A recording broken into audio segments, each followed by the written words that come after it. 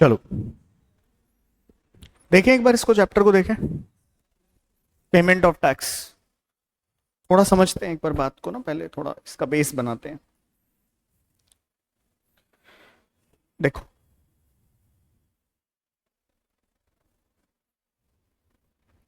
Live में बच्चे को हैं क्या? हाँ बैठे हैं। देखो सुनो, इसको मैं ऐसे समझाता हूं आपको।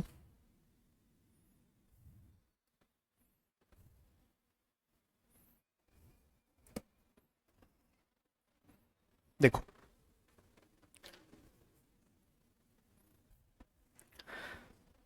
क्या हो गया समीर? देखो, टॉपिक जो है ना हमारा,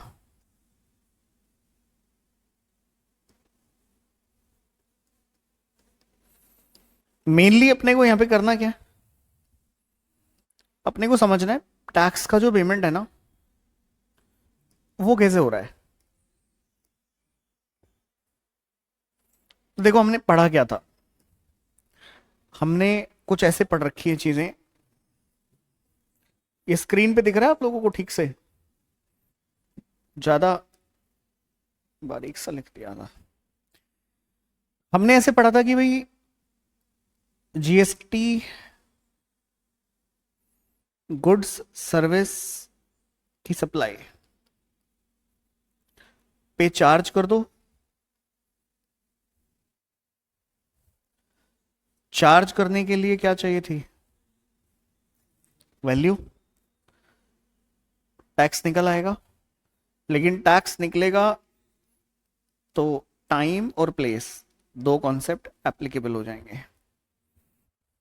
ठीक है, फिर अब ये सब हो गया कैलकुलेट। तो अब गवर्नमेंट को टैक्स क्या करने की बारी आ गई? पेमेंट करने की बारी आ गई। पेमेंट ऑफ टैक्स है तो टैक्स की पेमेंट होगी। टैक्स की पेमेंट होने के बाद क्या फाइल होगी? रिटर्न्स फाइल होंगे। भाई टैक्स की पेमेंट होने के बाद क्या फाइल होगा? टैक्स की पेमेंट होने के बाद रिटर्न फाइल होगी। तो टैक्स की जो पेमेंट है उसका मैकेनिज्म क्या है?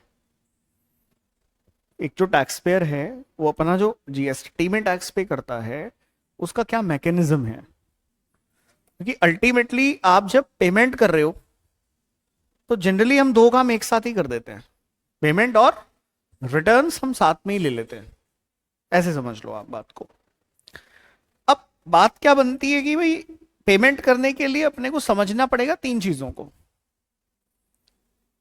आप ऐसे समझ लो कि हमें तीन अकाउंट्स को समझना पड़ेगा पेमेंट करने के लिए। कितने अकाउंट है? तीन अकाउंट है। तो मैं एक बार यहां पे लिख लेता हूं कौन से तीन अकाउंट है, आप लोग सुन लो। दो, और तीसरा अकाउंट है, मेनली तीन चीजें हैं। सबसे पहला, सबसे पहले इस अकाउंट का नाम है ई कैश लेजर।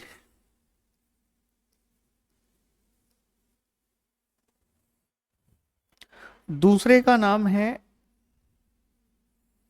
ई क्रेडिट लेजर, और तीसरे का नाम है ई लाइबिलिटी रजिस्टर। क्या नाम रखा थर्ड का? ई लाइबिलिटी रजिस्टर। नाम से समझ में आ रहा होगा। आपकी टोटल लाइबिलिटी कितनी है ये बात करेगा। आपका टोटल क्रेडिट कितना है। अब आप ध्यान से देखना, आप अपनी लाइबिलिटी को पे करने के लिए या तो कैश का यूज कर सकते हो या क्रेडिट का, या दोनों का। भाई आपके पास आपकी एक आउटपुट टैक्स लाइबिलिटी है। मान लो वो आउटपुट टैक्स लाइबिलिटी आपकी 10,000 रुपए की है, ऐसा मान लो।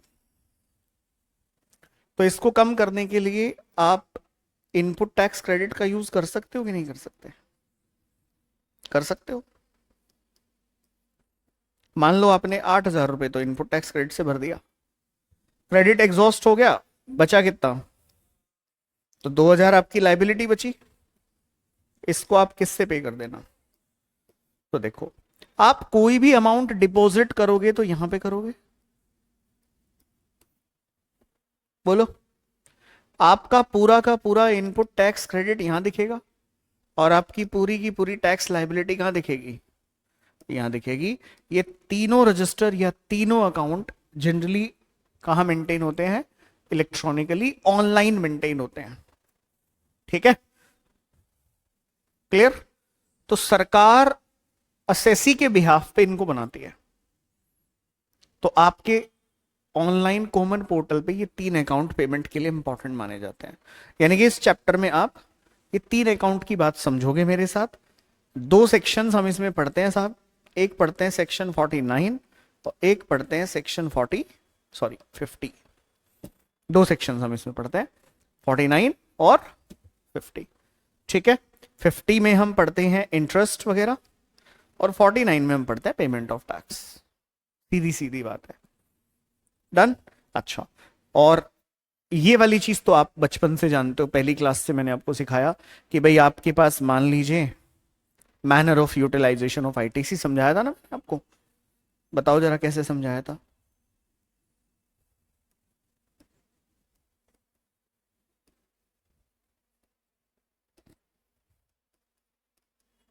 Manner of utilization of ITC कैसे समझाया था बताओ? आईजीएसटी,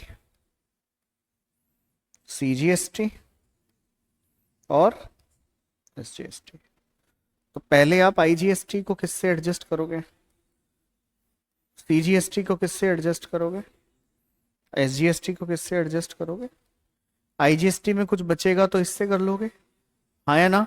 और भी कुछ बचेगा तो किसी भी रेशियो में कर सकते हो, उससे कोई फर्क नहीं पड़ता, लेकिन पहले इसी को एग्जॉस्ट करना है, ये ध्यान रखना। सीजीएसटी में कुछ पहले सीजीएसटी से करोगे, कुछ बचेगा तो आईजीएसटी से कर लेना। एसजीएसटी पहले एसजीएसटी से होगा, कुछ बचेगा तो आईजीएसटी से कर सकते हो। ये मैनर मैंने आपको समझा रखा है पहले से। अब पेमेंट ऑफ टैक्स के चैप्टर में हमने तीन रजिस्टर्स के बारे में पढ़ना है डिटेल में। आ जाइए फटाफट बोर्ड पे, देखिए क्या मैटर है। इंट्रोडक्शन ऑफ ई लेजर्स, क्या लिखा हुआ है? Introduction of e ledgers. तो ई लेजर्स में हम किसकी किसकी बात करते हैं? A unique feature e ledgers, यानी कि हमारे तीन लेजर्स की बात हो रही है। एक ई कैश, दूसरा ई क्रेडिट और तीसरा E liability. E stand for electronic, E stand for electronic. चलो देखो, introduction of E ledger is a unique feature under GST regime. Electronic ledger or e-ledger are the statement of cash input tax in respect of each registered taxpayer. In addition, each taxpayer shall also have an electronic liability register. तीन की बात हो रही थी, एक था ई cash, बोलो यार, एक था इनपुट टैक्स और एक है E tax liability register. Once a taxpayer is successfully registered on GST common portal, two ledgers, पहला ई कैश लेजर और दूसरा E credit ledger, and electronic liability register will be automatically opened and displayed in his dashboard all the times. Once you will register, सरकार आपके behalf पे तीन खाते खोल देगी। पहला खाता, दूसरा ई क्रेडिट और तीसरा ई लाइबिलिटी। ई कैश में क्या जाएगा? Total amount deposited. दूसरा ई क्रेडिट, आईटीसी की डिटेल्स होंगी। तीसरा क्या चीज? Liability register. लाइबिलिटी की जब हम बात करते हैं तो जो तुमने आउटपुट टैक्स कलेक्ट किया उसकी बात हो रही है, हाँ या ना? अच्छा, ई लाइबिलिटी रजिस्टर तो आउटपुट से बन गया। ई क्रेडिट किससे बना? इनपुट से। भाई कोई भी बंदे से आप सामान खरीद के लाओगे, प्रोसेस को समझना, प्रोसेस क्या है? प्रोसेस बिल्कुल सीधा है। प्रोसेस ये है कि मान लो ए और बी के बीच में ट्रांजैक्शन हो रही है, तो ए बी को जो कुछ भी बेचेगा और ये ट्रांजैक्शन अगर B2B है तो ए सबसे पहले क्या फाइल करेगा? GSTR1 फाइल करेगा। It is the detail of outward supply. ठीक है, GSTR 1 फाइल करेगा तो GSTR 1 में वो B2B फाइल करेगा, तो वो इसकी किस में दिखेगी, GSTR 2B में दिखेगी। ठीक है, 2B के माध्यम से जब हम 2B में चेक ऐसे करते जाएंगे तो वो सारा कुछ कहां पहुंच जाएगा, ई क्रेडिट लेजर में पहुंच जाएगा। डन। अब ई क्रेडिट लेजर के अंदर हमारा आ गया क्या, एसेट। ई लाइबिलिटी में हमारी क्या है, लाइबिलिटी। इस लाइबिलिटी को कम करने के लिए ये एसेट को यूज किया जा सकता है, और सपोर्ट में हम ई कैश से भी पेमेंट कर सकते हैं। ये प्रोसेस। अब ये मैकेनिज्म क्या है और लॉ क्या है वो समझना है। भाई एक मोटा मोटा तो सिस्टम अपने को आ गया समझ में क्या करना है, बट इस पे एक डिटेल्ड मैकेनिज्म क्या बना हुआ है वो हमें समझने की जरूरत है। डन साहब, बोलो ना। अच्छा, उसके पहले कुछ छोटी मोटी बातें हैं, जैसे features of payment system introduced under GST. Please पहला फीचर पढ़िए, रीड ओनली है, रीड करके छोड़ देना है, पढ़िए। Use of electronically generated challan from GST in common portal instead of manually prepared चालान।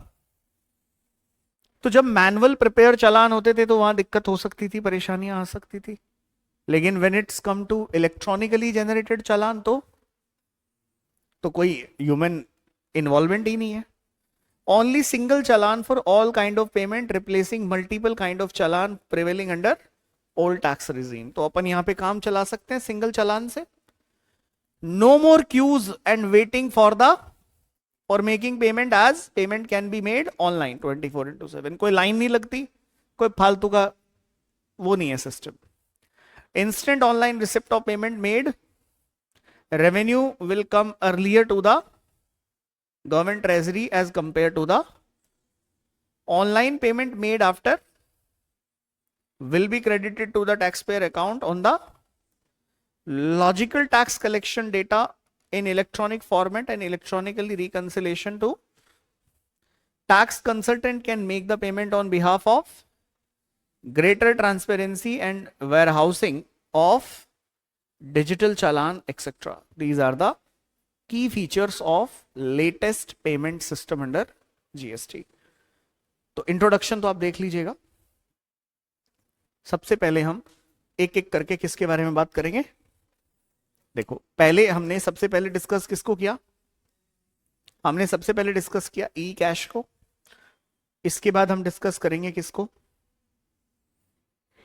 एक मिनट, ई कैश चलेगा पहले तो, फिर हम डिस्कस करेंगे सेकंड पेज पे ई कैश लेजर फॉर्म, ई क्रेडिट लेजर, यहां से सेकंड नंबर, और this will be third number. इसके बारे में थोड़ा डिटेल में कहां दिया हुआ है, ठीक है, और थोड़ा सा डिटेल में इसके बारे में चर्चा कहां हुई है, यहां पे हुई है। बस इतना सही चैप्टर है आपका ये, ठीक है। तो इसमें 3 लेजर्स के बारे में काम करना है, एक एक करके समझना है। आओ समझते हैं एक बार फटाफट से। नंबर 1 देखो एक बार क्या है, ई कैश। हाँ जी, पहले नंबर पे देखना क्या है, ई कैश। ई कैश लेजर में, ई कैश लेजर बेसिकली है क्या, it is a type of, तो यू कैन से दैट, एक आपने गुल्लक बना रखी है कॉमन पोर्टल पे, पेमेंट करनी है तो आप ई कैश के थ्रू पेमेंट करने के लिए उसमें पैसा डाल सकते हो, यही होगा। ई कैश का यूज आप कहां कर सकते हो, for making the payment of liability. पढ़ो please. Electronic cash ledger maintain on GST common portal, किसमें मेंटेन होता है, जीएसटी पीएमटी 0। पेपर में कई बार क्वेश्चन आ जाता है कि भाई ई कैश लेजर मेंटेन कहां पे होता है, तो GST PMT is a statement which reflect deposit made in cash by the tax payer along with the detail of TDS TCS deposited in his account. ध्यान से सुनो, देयर इज अ डिफरेंस, थोड़ा सा डिफरेंस है। अगर आपने एक video डलवाया गया था टीडीएस और टीसीएस का, वो उस दिन बारिश की वजह से जो क्लास रिकॉर्ड नहीं हुई थी, उसका एक वीडियो डलवाया था आपको मैंने, उसमें मैंने टीडीएस टीसीएस के बारे में बात करी थी। टीडीएस टीसीएस से रिलेटेड सारे प्रोविजन उसमें कवर कराए थे। छोटा सा वीडियो था, मेरे ख्याल से 40 मिनट की क्लास होगी वो। मैंने आपको उसमें यह समझाया था कि यार अगर मान लीजिए कोई मान लो एक कोई इलेक्ट्रॉनिक कॉमर्स ऑपरेटर है, उन्होंने आपसे टीसीएस कलेक्ट किया, लेट्स सपोज, तो टीडीएस और टीसीएस का पैसा इनकम टैक्स में तो क्या होता है, आप उसकी डिडक्शन ले लेते हो। पेमेंट करते टाइम जो सरकार को पहुंच गया, आप उसको कम लेस करके पे कर दो। जैसे फॉर एग्जांपल आपका टीडीएस गवर्नमेंट को पहुंच गया 1.5 लाख, टोटल टैक्स बनता था 2 लाख, तो आप 50,000 पे कर दो। ये इनकम टैक्स का मैकेनिज्म है। लेकिन जीएसटी में क्या है, आपका जो टीडीएस टीसीएस उन्होंने कलेक्ट किया होता है ना, वो भी आपके किस में डिपॉजिट करवाया जाता है, ई कैश लेजर में डिपॉजिट करवाया जाता है। और ये बात मैंने विद एग्जांपल उस वीडियो में समझा रखी है, विद एग्जांपल मैंने उसमें आपको टीडीएस टीसीएस उसमें कहां कैसे खाता खुलता है, कौन किस अकाउंट में पैसा डालता है, उसमें डिटेल में समझा रखा है, एग्जांपल लेके, फिगर का एग्जांपल पकड़ के। तो आप नहीं देखा तो भाई उसको देख लो यार। Electronic cash ledger maintain on GST common portal GST PMT 05 is a statement which reflect deposit made in by the taxpayer along with TDS TCS deposited in his account।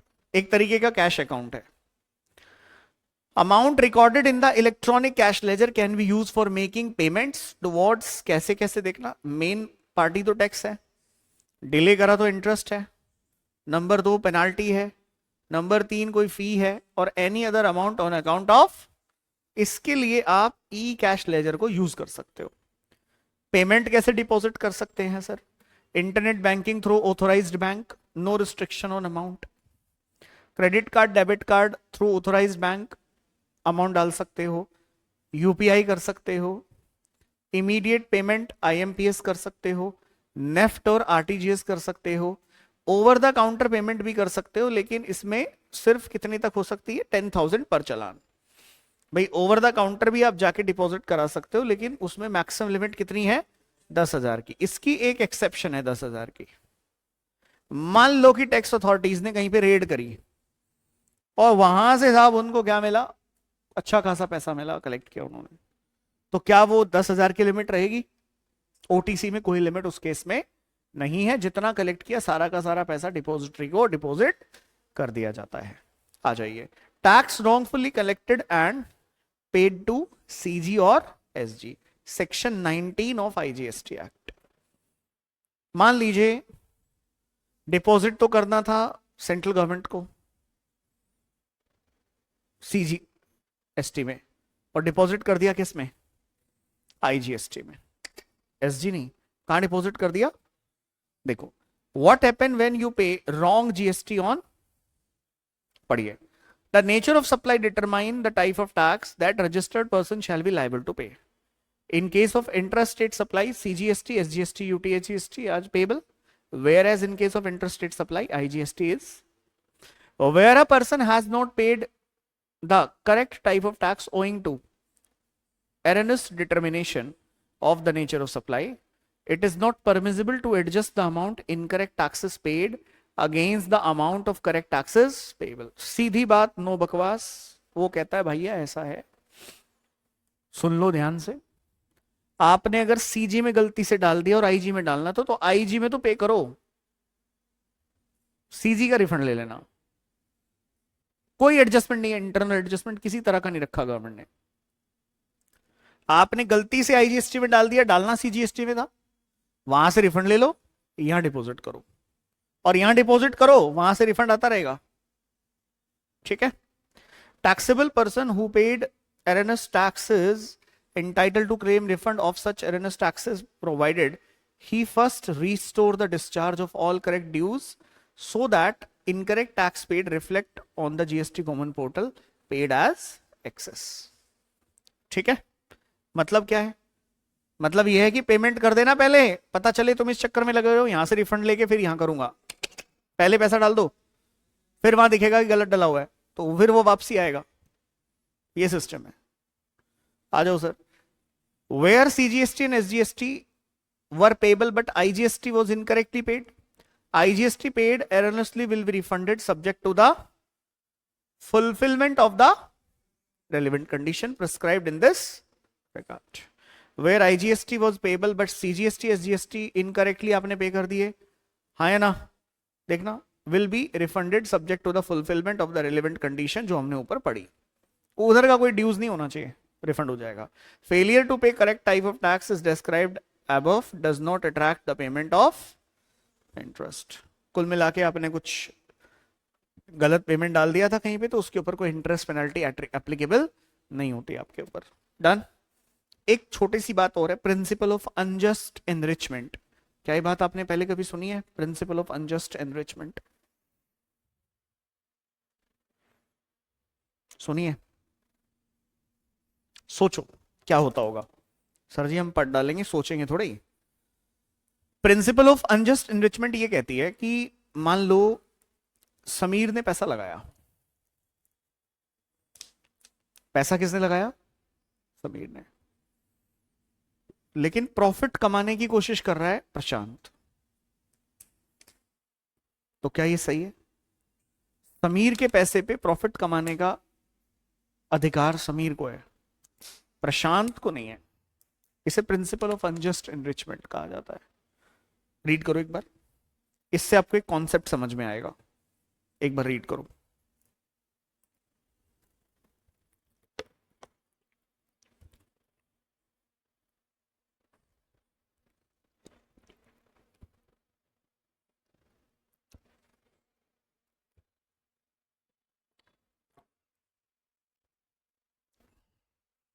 दूसरे के खर्चे पे किसी को प्रॉफिट लेने का अधिकार नहीं है, without making restitution for the reasonable value of any property, service or other benefit that have been unfairly received, and as a general rule under indirect taxes it is deemed that every person who has paid any tax on goods or service or both has passed on the full incidence of such to the recipient of such goods or service or both.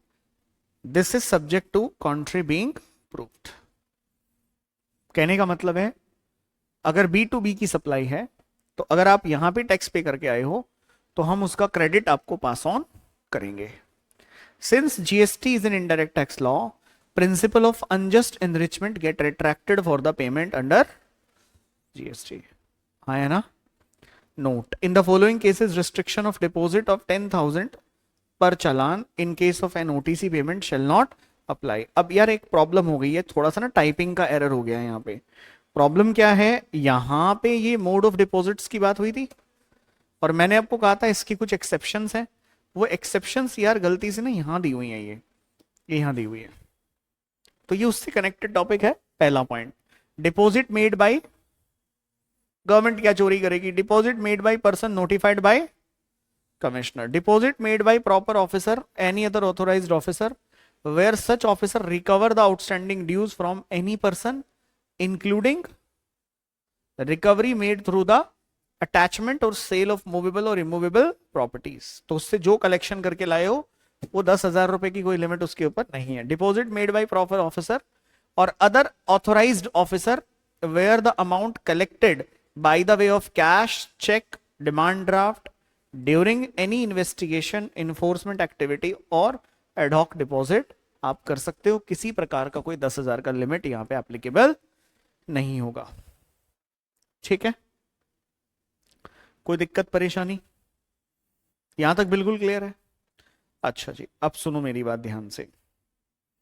एक बार board पे देखो, electronic cash laser का format कुछ ऐसा दिखता है। Form क्या रहता है? GST PMT 05। क्रेडिट क्या क्या होगा? क्रेडिट क्या क्या होगा? It is just like your account. बोलो, कैसा account? Bank account. It is just like your bank account. तो whatever you will deposit, bank उसे क्या करेगा? हाँ या ना? देखना, deposit made by registered person towards, ये सारा कुछ TDS TCS भी इसके अंदर क्या होगा? प्लस होगा। बोलो ना, माइनस क्या क्या हो सकता है? Tax, interest, penalty etcetera. Amount claim as refund from electronic cash ledger, तो वो इसमें क्या हो सकता है? डेबिट हो सकता है।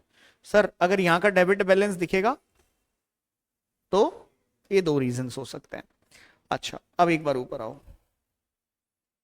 पढ़ना क्या लिखा है, manner of bifurcating tax payment, major heads plus minor heads. Bifurcation of payments का मतलब क्या है, डिवीजन करना। The amount reflected in electronic cash ledger may be used for making payments, पढ़ना भाई, टैक्स इंटरेस्ट पेनल्टी फी और any other amount under the relevant tax head in the prescribe manner. Ledger is displayed major head wise, कैसे दिखता है देखना, major head क्या क्या है, IGST, CGST, SGST, oblique UTGST and cess. कितने major head हुए, 1 2 3 4, 4 हुए ना। एसजीएसटी की जगह पे यूटीजीएसटी आएगा ना अगर यूटी होगा तो। Further each major has divided into 5 minor heads. तो कितने मेजर हेड हुए, 4 मेजर हेड, कितने माइनर हेड में डिवाइडेड है, 5। पहला क्या है, tax interest penalty fee and earlier. Cross utilisation of fund across major और minor heads of electronic cash ledger was not permissible.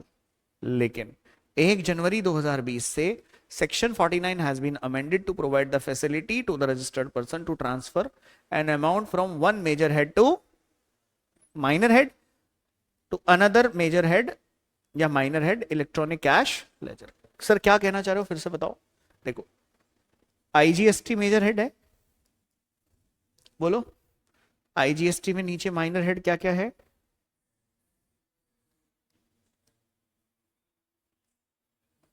फी, यही है ना भाई, यही है ना, बोलो हाँ है ना, 1 2 3 4, ठीक है। अब आपने यहां मेजर हेड में पैसा डाला, आप उसको ये माइनर हेड के लिए यूज कर सकते हो। मान लो यहां पैसा डाल दिया आपने, तो आप उसको उसके लिए भी यूज कर सकते हो।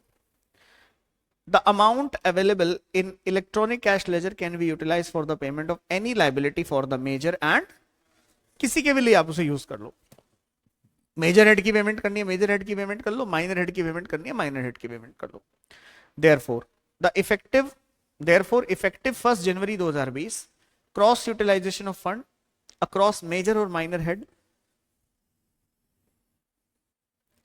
of electronic cash ledger is permissible under, in other words, if registered person has made a deposit of tax erroneously by virtue of human error। हो सकता है गलती हो जाती है यार, ऐसा भी तो हो जाता है ना, हमारे साथ बहुत बार ऐसा हो जाता है कि यार मुझे मैसेज भेजना होता है किसी को, चला जाता है किसी को, गलती हो जाती है, ऐसे मिस्टेक्स हो जाती है। कल मेरे साथ 3 बार हुआ ऐसे, मेरे साथ ऐसे 3 बार हुआ कल। वो किसी बच्चे के मैं पहले डाउट सॉल्व कर रहा था, अब वो डाउट सॉल्व करा तो ऊपर से ऐसे मैसेज आता है तो ऐसे करके डाउट सॉल्व कर देते हैं तुरंत। अब वो ऐसे किया मैंने, वो किसी दूसरे ग्रुप पे चला गया, वहां से मैसेज आया क्या भेज रहे हो, अरे यार भाई डाउट भेज रहा था यार किसी को। तो ऐसा गलती से हो जाता है कि नहीं हो जाता।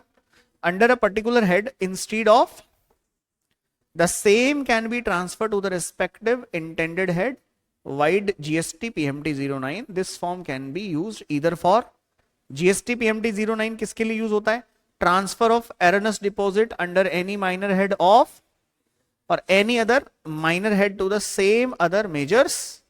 आ जाइए, transfer of amount already lying unutilised under any of the minor head in electronic cash ledger. Example पढ़ो, registered person has deposited a sum of ₹1000 under the head of interest. किसका इंटरेस्ट था, सीजीएसटी का, and 1000 under the head of interest column of SGST instead of the head fee. Done. Such amount can be transferred from GST PMT 09 to make the transfer of the head of fee। क्या हम इसको use कर सकते हैं fees की payment करने के लिए, करना था फीस में लेकिन कर दिया कहां पे, इंटरेस्ट में, तो क्या इसको यूज किया जा सकता है, करा जा सकता है। The said transfer is required to using the above form। कौन सा form, GST PMT 09, because where registered person has to make the remittance of tax interest penalty fee any other amount at the stage offset liability in any of the GST return forms of the tax payment through electronic cash ledger, adequate amount should be available under the respective head of account। तो उसको payment करना है तो भाई उसमें respective amount बड़ी होनी चाहिए. Further section 53A has been introduced with effect from 1 January 2020, provides for the transfer of amount between center and state consequential to the amendment of section 49 of CGST Act, allowing transfer of an amount from one head to another head electronic cash ledger of the registered person. क्या लिखा है? With effect from 5th July 2022, registered person may transfer any balance. क्या लिखा है? May transfer available under CGST major head in his electronic cash ledger to CGST or IGST major head of electronic cash ledger of the distinct person specified under section 25. However, no such transfer shall be allowed if said registered person has any unpaid liability in his electronic liability register. भाई अगर liability register में particular बंदे ने, मान लो for example I am registered in Mumbai और मेरी एक और ब्रांच है जो पुणे में है, उसके लिए भी मैंने रजिस्ट्रेशन ले रखा है, तो मैंने पैसा डाल दिया किसमें? पुणे वाली में. डालना था किसमें? तो क्या मैं उसको ट्रांसफर कर सकता हूं? The answer is yes. IGST से सीजीएसटी और सीजीएसटी से आईजीएसटी कर सकता हूं. Condition apply. क्या नहीं होना चाहिए? क्या नहीं होना चाहिए? है कोई भी लाइबिलिटी उधर नहीं होनी चाहिए. Procedure involving making the payment through challan. भाई उधर कोई लाइबिलिटी पड़ी होगी तो मैं नहीं ट्रांसफर कर सकता, अदरवाइज मैं ट्रांसफर कर सकता हूं. अच्छा, एसजीएसटी मान लो मैंने डाल दिया और उससे मैं कहां ट्रांसफर करना चाहता हूं? एसजीएसटी ऑफ महाराष्ट्र में ट्रांसफर करना चाहता हूं, गुजरात में डाल रखा है, ट्रांसफर कर सकता हूं क्या? नहीं कर सकता, वो अलाउड नहीं है. सीजी और आईजी हो सकता है. अगला पढ़ो. मैनुअल और physical challans are not allowed under. It is mandatory to generate challan online on GST common. There is a single challan prescribe for all taxes, fee, penalty, interest and other payment made under N. E-challan generated through GST common portal remain valid for a period of 15 days. Every challan carry a unique CPIN, common portal identification number. CPIN कितने digit का होता है?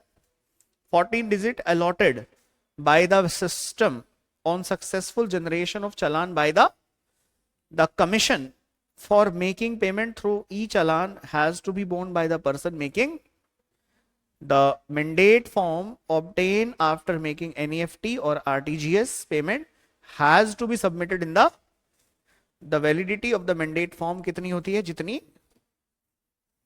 चालान की होती है. लो जी साहब. Any unregistered person has to make payment on the basis of TIN. ये कैसे पेमेंट करेगा?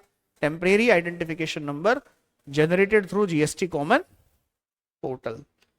भाई इसके पास जीएसटी तो होता नहीं, तो ये क्या जनरेट नहीं कर सकता? सी पिन जनरेट नहीं कर सकता, तो ये कैसे पेमेंट करेगा?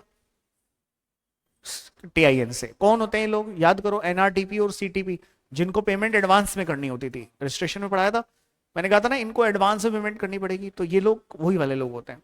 On successful credit of the amount in the concerned government account maintain in the authorised bank, challan identification number will be generated by the collecting bank with will be indicated in the CIN. क्या होगा?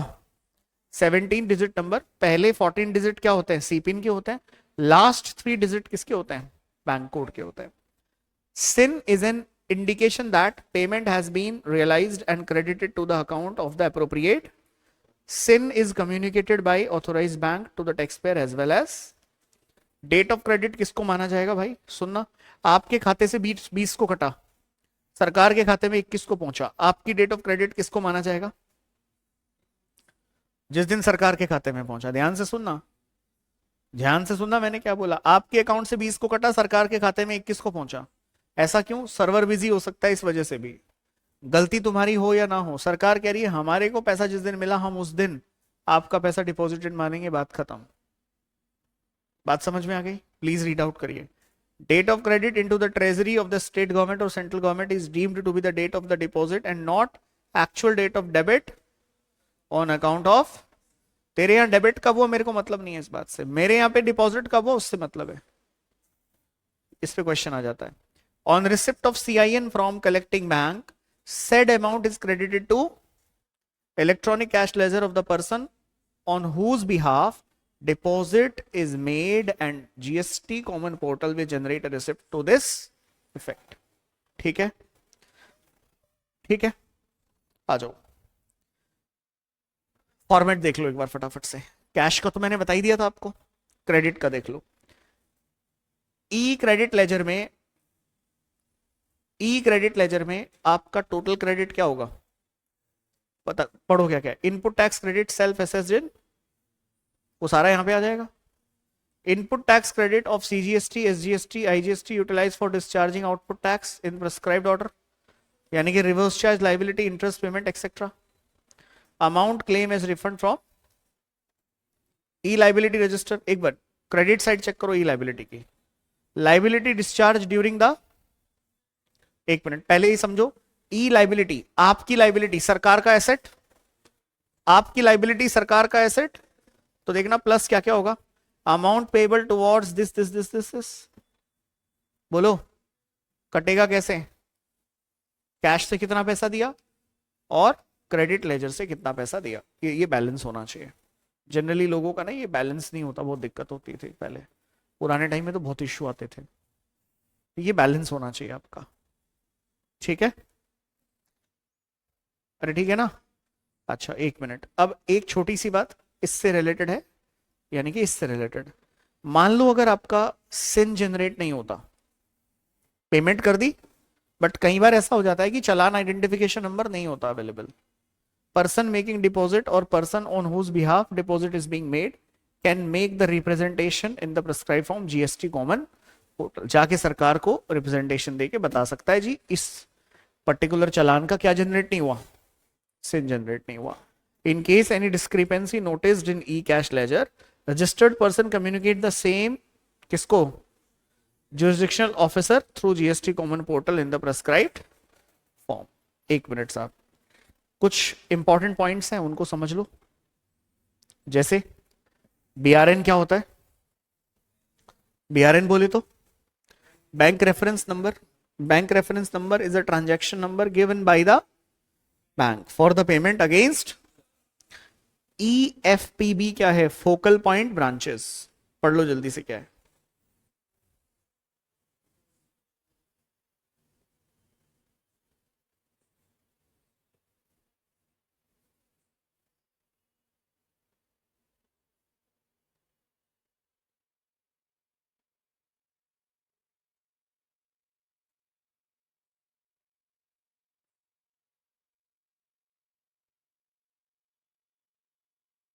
RBI act करता है कैसे, ये paper में आ सकता है कि कौन एक्ट करता है एज ईएफबीपी।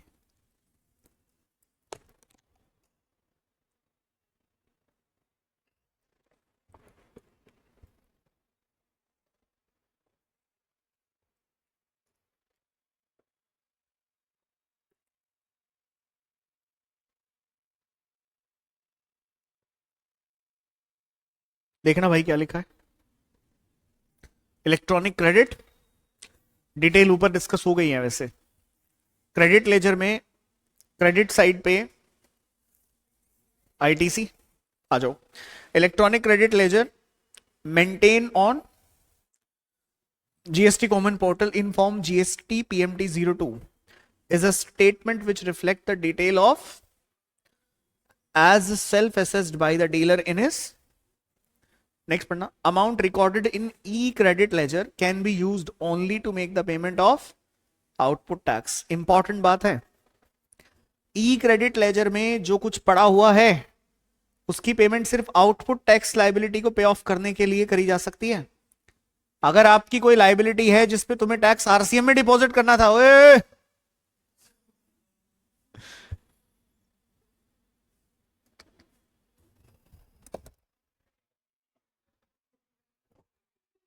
पेन,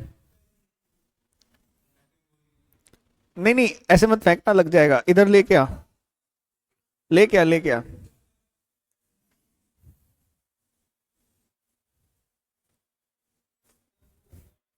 चलो बैठो,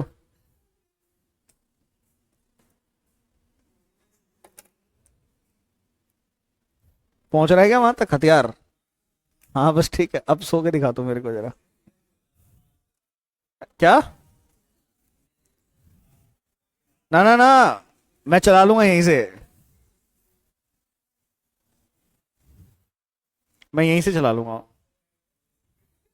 अरे पूरा माहौल बना दिया था। हाँ?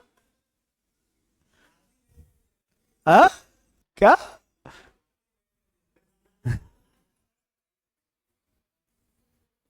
लड़का सीधा है वैसे, सीधा आदमी है यार, मतलब, है है। अरे ऐसे सीधा आदमी है यार, काहे को छेड़ रहे हो? सुनो, अच्छा सुनो, तुमने कोई पेमेंट करनी थी अंडर आरसीएम, तो क्या तुम उसको आईटीसी से डिस्पोज कर सकते हो? नहीं कर सकते, याद रखना ये चीज। पढ़ो। Other amounts such as interest, penalty fee cannot be paid through input tax credit. Such amount is required to be paid in cash only. Further, where a registered person liable to pay tax under RCM mechanism, such tax need to be discharged in, and balance kept in electronic credit ledger cannot be used for discharging liability arising under reverse charge mechanism. इसके लिए आप ITC use। Output tax in relation to taxable person is defined as the tax chargeable on the total supply of goods, service or both, but it excludes tax payable on RCM.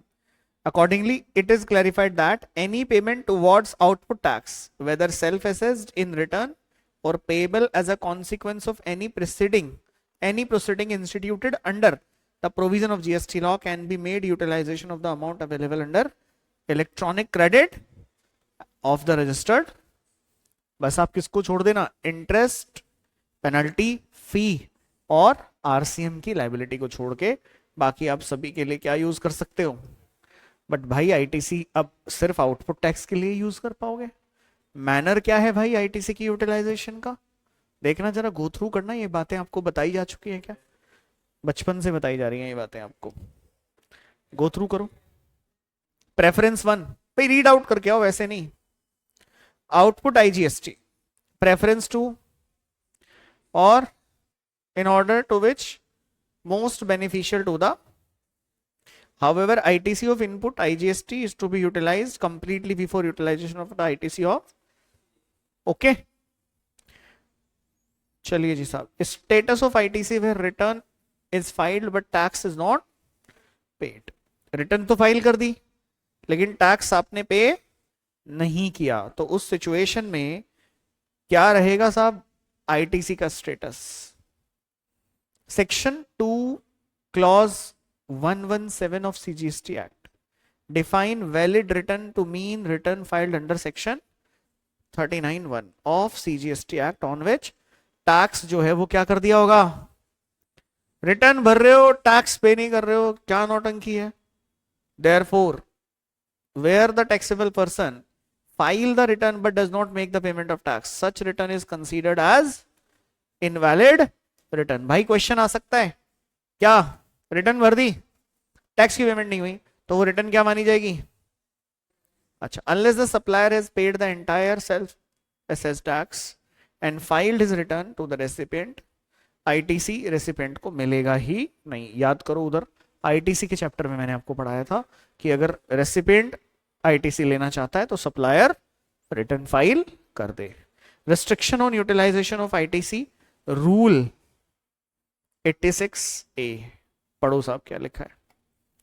In case the commissioner और an officer authorised by him in this behalf not below the rank of an assistant has reason to believe that ITC available in electronic credit ledger has been fraudulently availed or is ineligible, he may prohibit the use of ITC for the discharge of any liability under section for or for any claim of any refund or any unutilized amount। मान लीजिए, ऐसा समझो आप कि भाई ITC आपका बनता तो था कम, लेकिन आपने क्या करा, क्लेम कर लिया ज्यादा। तो याद करो वहां पे हमने क्या पढ़ा था आईटीसी इनपुट टैक्स क्रेडिट के चैप्टर में, कि अगर कोई फ्रॉड आईटीसी वाईटीसी का चक्कर है तो आप भूल जाइएगा कि वो तुम्हें मिलेगा, वो मिलेगा ही नहीं आपको। अच्छा, common points for electronic cash ledger and electronic credit ledger, पढ़ो साहब एक बार जल्दी से क्या लिखा है। Where a person has claimed refund of any amount from electronic cash ledger or electronic credit ledger, said amount shall be debited to electronic cash ledger or electronic credit ledger. If refund so claimed is rejected, either fully or partly, amount debited earlier to the extent of rejection shall be credited to the electronic cash ledger or credit ledger by the proper officer by an order made in the prescribed form. आइए साहब एक बार read करने हैं, ICI का एक छोटा सा illustration है, इसको रीड करोगे एक बार, पढ़ना।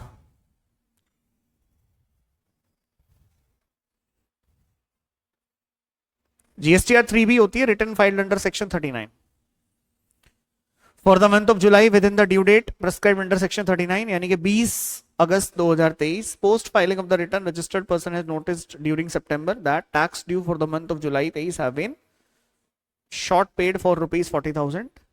Messrs ABC Limited has paid the above shortfall 40,000 through GSTR 3B of the September. This payment of 30,000 through electronic cash ledger or 10,000 through electronic.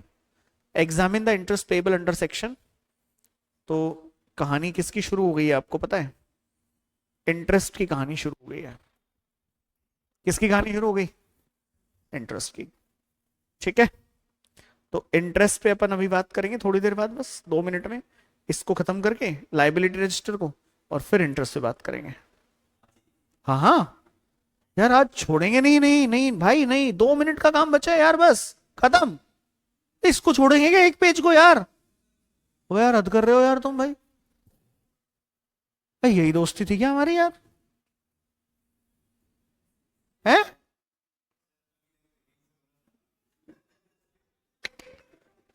कुछ भी कर लो यार, छोड़ नहीं सकते इसको, बात समझो आप।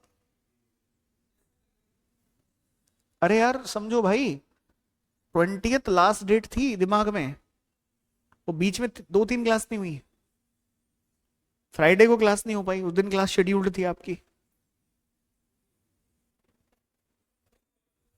क्यों नहीं हुई बताऊंगा बताऊंगा बताऊंगा बताऊंगा। 1 minute. Electronic liability register, electronic liability register maintain on GST common portal, किसमें? In form GST PMT 01 is the statement which reflect the total tax liability of the taxpayer for the sequence of discharge of tax and other dues। कैसे कैसे payment करोगे आप, क्या sequence होगा भाई? आपकी liability है तो आप पहले किसको पे करोगे, बाद में किसको पे करोगे, और इस पे शॉर्ट नोट लिखने को आ जाता है कभी कभी, ध्यान रखना कि बताओ भाई वो सीक्वेंस क्या है। सबसे पहले क्या करोगे देखना, a chronological sequence has been prescribed under the law in which liability of the taxable person has to be discharged. Such sequence need to be followed mandatorily. पहला, self assessed tax and other dues for the previous tax period have to be discharged first. पिछले tax period के कुछ dues थे तो सबसे पहले भाई उनकी पेमेंट होगी। भाई तरीका भी तो यही है, प्रशांत ने मेरे से 5,000 रुपए लिए, 3,000 वापसी कर दिए, 2,000 रह गए, 5,000 फिर ले लिए, तो टोटल आउटस्टैंडिंग कितना हो गया? 7, 6,000 दे दिए। तो यार पहले पिछले 2 काटूंगा ना, फिर 4 इसमें से काटूंगा, हाँ या ना? आ जाइए। Self assessed tax and other dues of the current period have to be, और liability arising out of demand notice और एडजुकेशन प्रोसीडिंग्स कम्स। जनरली बच्चे यहां गलती कर देते हैं, जो डिमांड नोटिस से जनरेट हुई होती हैं 73, 74 से, उन्हें पहले काट देते हैं। लेकिन सीक्वेंस क्या है? पुराने टैक्स पीरियड के ड्यू, करंट टैक्स पीरियड के ड्यू, और फिर ये वाले ड्यू। ठीक है, सही है भाई। Interest on delayed payment of tax, अब आपने पेमेंट टाइम से नहीं करी भाई, तो क्या होगा? ब्याज लगेगा। ब्याज कितना लगेगा और कैसे लगेगा, जरा उसको भी समझते हैं एक बार, पढ़ो। Circumstances where interest is payable, section 50 of CGST act require a person to pay interest in the following two circumstances. पहला, tax paid after expiry of the prescribe period, यानी कि पेमेंट डिले कर रहे हो आप, या फिर wrongful availment and utilisation of input tax credit. Interest दो ही वजह से लग सकता है, delayed payment, wrongful utilisation of input tax credit. आ जाओ साहब, और यही मेरे ख्याल से लास्ट था, यही है ना लास्ट, ये पन्ना लास्ट है आपका। देखो क्या लिखा है, in case of belated payment of tax interest is to be calculated at such rate not exceeding 18% per annum as may be notified by the government on the recommendation of. In case of wrongful availment and utilization of input tax credit, interest shall be calculated at such rate not exceeding 24% as may be notified by the government on the recommendation of the council. Currently interest rate 18% has been notified for both the default stated above. तो आज की date में कितना लगता है, 24 तक जा सकता है, लेकिन आज की डेट में कितना है, बहुत simple, time period for calculation of interest. Interest की कैलकुलेशन कब से होगी, period starting from the date following the due date of the payment to the actual date of, मान लीजिए आपकी ड्यू डेट थी 20 तारीख, आप पेमेंट कर रहे हो लेट सपोज 12 सितंबर 2025 को, तो डिफॉल्ट आ गया कि नहीं आ गया, part of the month shall be taken as full month. Additional point, interest payable in terms of section 50 of CGST act shall be debited in electronic liability register, further interest liability need to be discharge in cash only. इसमें कोई ITC वाईटीसी का utilization नहीं हो सकता। Therefore liability for interest can be settled by adjustment with balance in electronic cash but not with the balance of electronic. In case of belated payment of tax, payment of interest should be made even without a demand. जरूरी नहीं है कि हम मांगेंगे तो ही दोगे, आपको देनी ही पड़ेगी भाई, जरूरी है, वो मैंडेटरी है पे करना, हम मांगेंगे तो ही दोगे ऐसा नहीं चलेगा। Interest only on net tax paid through electronic cash laser. ये लास्ट पॉइंट है, इसको फटाफट से रीड मार लो आप, बस जल्दी से खत्म करो बात को।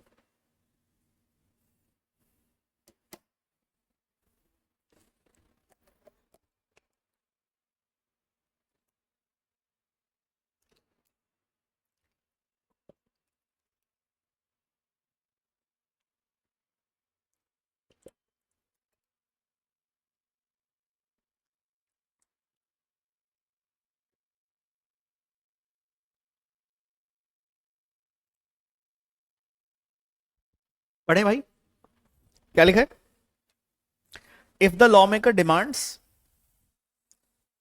along with interest on tax paid through electronic cash ledger and electronic credit ledger, it may be an unhealthy practice from the business. Gross पे तो नहीं दे सकते sir.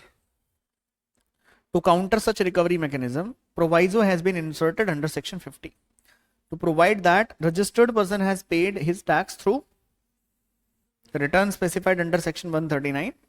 Belatedly, interest shall be applicable only on the net tax paid through electronic cash and not on the gross tax paid for such tax period. सोच के देखो, अगर gross पे जाता तो अमाउंट कितना डेंजरस होता। Accordingly, interest payable by the registered person for delay in remittance of taxes beyond the stipulated due date on account of delay in filing return under section 139 shall be demanded only on the net cash liability of taxes and not on the gross liability. एक बार example पढ़ो, mister Alok registered supplier of taxable goods filed GSTR 3B और जनवरी 23, कब 15 अप्रैल, कब करनी थी file 20 February, prescribed due date filed was 20 Feb.